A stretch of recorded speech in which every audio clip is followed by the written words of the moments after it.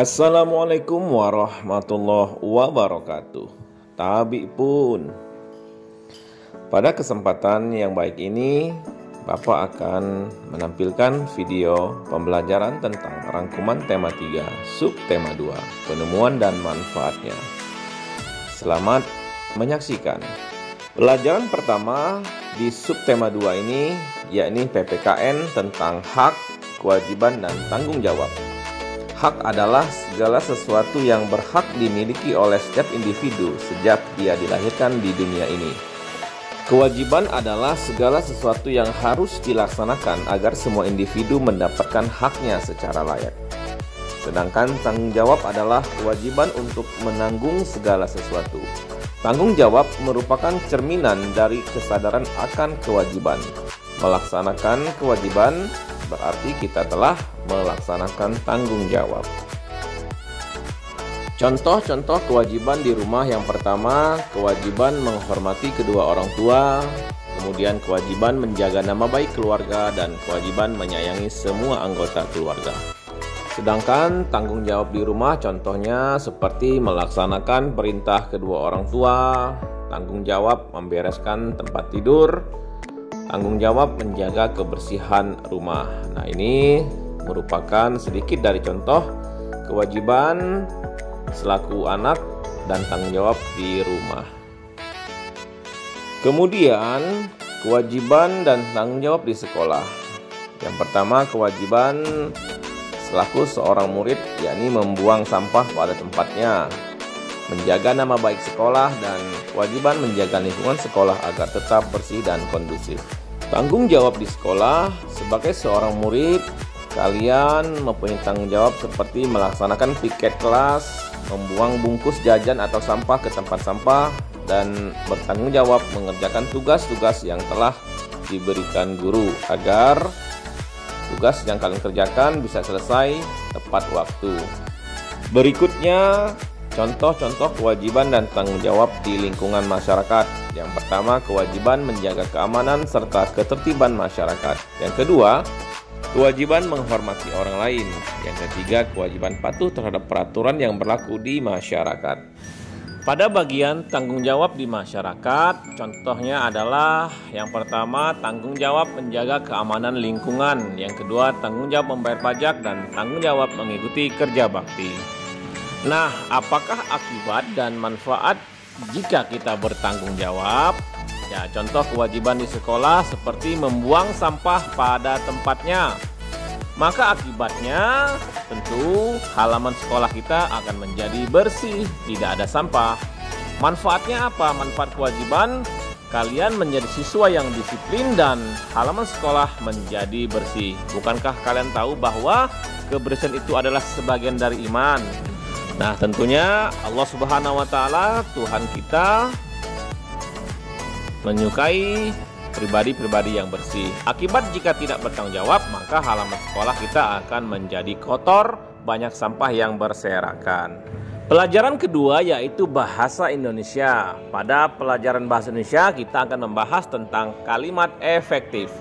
Kalimat efektif adalah kalimat yang efektif mengungkapkan gagasan sehingga mudah dipahami. Ciri-ciri kalimat efektif adalah hemat, tidak menuliskan kata-kata yang bermakna sama.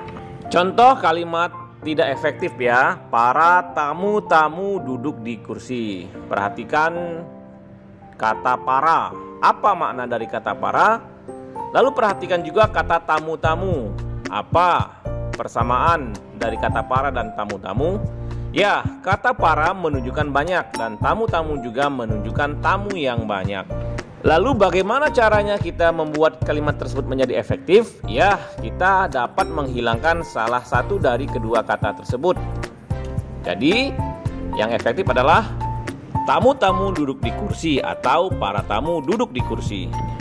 Pada bahasan teks eksplanasi ilmiah, ini mengulang bahasan dari subtema yang pertama ya.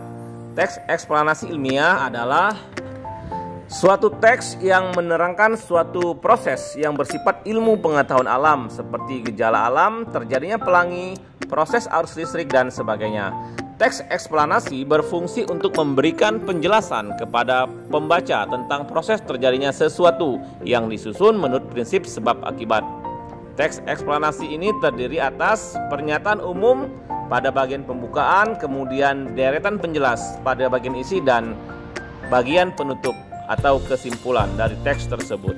Mari kita bahas bagian-bagian dari teks eksplanasi. Yang pertama adalah bagian pernyataan umum. Bagian ini berisi informasi singkat tentang apa yang akan dibicarakan atau diinformasikan. Kemudian bagian deretan penjelas berisi urutan uraian atau penjelasan tentang proses dari peristiwa yang terjadi dan dijelaskan secara bertahap atau berurutan. Lalu yang ketiga, bagian penutup adalah kesimpulan yang berisi interpretasi atau pendapat singkat penulis tentang topik yang sedang dijelaskan dalam teks tersebut. Ini adalah contoh teks eksplanasi yang ada dalam buku tema kalian ya. Ada kisah tentang Charles Babbage, penemu yang mengubah dunia dengan komputernya. Kemudian ada teks yang berjudul Si Paralel, Penyelamat Jalan, yaitu membahas tentang Gareth Augustus Morgan, penemu lampu merah atau lampu lalu lintas. Ya, silakan kalian baca-baca dulu tentang dua teks eksplanasi tersebut ya. Baiklah anak-anak sekalian yang Bapak banggakan, sebelum lanjut ke materi berikutnya, jangan lupa subscribe dulu ya. Tekan tombol merah, like, dan nyalakan lonceng notifikasinya. Terima kasih. Berikutnya memasuki pelajaran IPA tentang rangkaian seri dan rangkaian paralel. Seperti yang kita ketahui, rangkaian listrik itu dibedakan menjadi dua, yaitu rangkaian seri dan rangkaian paralel. Rangkaian seri disusun dengan cara bersambung atau berderet. Contoh rangkaian seri dalam kehidupan sehari-hari adalah lampu senter. Kekurangan pada rangkaian seri ini adalah apabila ada salah satu lampu yang padam, maka lampu yang lain juga ikut padam. Nah, ini contoh rangkaian seri ya, nak ya, pada lampu senter. Nah, sedangkan rangkaian paralel adalah rangkaian listrik yang dipasang sejajar sehingga berbentuk cabang. Jika salah satu lampu padam, maka lampu yang lain akan tetap menyala. Keuntungan dari rangkaian ini adalah lampu berpijar atau menyala sama terang. Contoh rangkaian paralel dalam kehidupan sehari-hari adalah pemasangan lampu yang ada di dalam rumah kita. Jadi ini adalah contoh dari rangkaian listrik secara paralel, dipasang atas bawah gitu ya, atau bercabang. Nah, ini adalah contoh dari rangkaian listrik secara seri dan rangkaian listrik secara paralel. Secara sederhana bisa kalian lihat dan perhatikan ya. Memasuki pelajaran IPS, kita akan belajar tentang penemu televisi. Penemu TV adalah John Logie Baird. Baird mendemonstrasikan televisi pertama kali pada tahun 1925 di Royal Institute London, Inggris. Prinsip kerja televisi secara umum adalah mengubah sinyal elektronik dan magnetik menjadi gambar dan suara. Kata televisi sendiri berasal dari bahasa Yunani, tele yang artinya jauh, dan bahasa Latin visio yang artinya penglihatan. Sehingga dapat diartikan televisi adalah alat komunikasi jarak jauh yang menggunakan media visual atau penglihatan. Penemuan televisi juga dikategorikan sebagai penemuan besar yang mampu mengubah peradaban dunia. Dengan adanya televisi tentu mempunyai pengaruh, baik itu pengaruh positif maupun negatif. Nah, ini pengaruh televisi terhadap dunia pendidikan. Pengaruh positifnya adalah televisi menjadi sarana pembelajaran tambahan dan membantu memperluas wawasan siswa. Sedangkan pengaruh negatif dari televisi terhadap pendidikan adalah mengurangi waktu belajar karena anak-anak lebih banyak menghabiskan waktunya menonton televisi. Ini banyak sinetron-sinetron yang bagus, banyak menonton sinetron Ikatan Cinta yang tidak cocok untuk ditonton oleh anak-anak. Kemudian banyak berisi tontonan yang tidak cocok seperti sinetron, kemudian tindakan kriminal dan sebagainya. Berikutnya dalam bidang ilmu pengetahuan, pengaruh positif televisi Mudahnya penyampaian suatu ilmu pengetahuan terhadap masyarakat ya bisa kita dapatkan dari berita, dari acara-acara talkshow yang bermanfaat. Kemudian membantu memperluas wawasan masyarakat. Dengan menonton televisi kita bisa mengetahui perkembangan terkini tentang contohnya penyebaran virus COVID di Indonesia. Lalu pengaruh negatif televisi, yang pertama membuat siswa malas belajar karena sering menonton televisi dan seseorang bisa meniru tindak kejahatan dari tayangan televisi yang ia tonton. Setelah televisi kita beralih kepada jam, ya penemuan jam mekanik. Pada tahun 1430 masyarakat Eropa mengenal jam yang menggunakan pegas atau per. Kemudian di tahun 1656 terjadi perkembangan yang pesat dengan ditemukannya jam lonceng. Pada jam ini sudah terdapat jarum penunjuk waktu menit. Di tahun 1920 ditemukan jam saku. Kemudian selanjutnya ditemukan jam tangan yang sampai sekarang banyak orang sudah memakai jam tangan. Terkait penemuan jam mekanik ini, banyak orang bertanya, mengapa penemuan jam berkembang dari waktu ke waktu? Jawabannya karena manusia terus melakukan inovasi untuk memiliki penunjuk waktu yang semakin tepat dan dapat digunakan sesuai dengan kebutuhan pribadinya. Lalu, apakah manfaat jam dalam kehidupan sehari-hari? Yang pertama adalah menyadarkan kita untuk lebih menghargai waktu. Kalian sebagai murid tentunya pintar-pintar menghargai waktu, kapan kalian belajar, kapan istirahat, dan kapan kalian bermain. Manfaat yang lain adalah sebagai pengingat dan hiasan dinding ruangan. Beralih kepada penemu lampu lalu lintas. Gareth Augustus Morgan adalah penemu lampu lalu lintas pada tahun 1923 yang sekarang digunakan di berbagai dunia. Lampu tersebut bermanfaat untuk mengatur lalu lintas dan menyelamatkan pengguna jalan dari kecelakaan. Lampu lalu lintas temuan Morgan ini menggunakan rangkaian listrik secara paralel. Sungguh mulia tujuan Morgan menciptakan lalu lintas.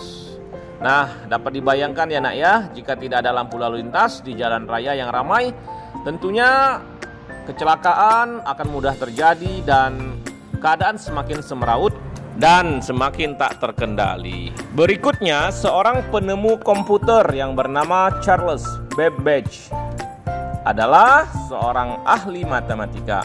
Beliaulah penggagas utama dalam penemuan komputer. Mesin penghitung yang ia temukan adalah kalkulator otomatis pertama. Babbage atau Charles ini terkenal dengan julukan sebagai bapak komputer. Nah, coba kalian perhatikan dari grafik perkembangan komputer ini. Pada 500 sebelum Masehi, alat hitung tradisional yang digunakan bernama abakus. Kemudian berkembang lagi pada tahun 1821 komputer pertama ditemukan. Selanjutnya 1939 komputer listrik dibuat. Pada tahun 1971 electronic mail atau email, surat elektronik pertama berhasil dikirim. 1973 komputer pertama menggunakan keyboard dan mouse. 1975 komputer dengan harga terjangkau untuk rumah atau home computer. Tahun 83 internet dengan jaringan global mulai diciptakan.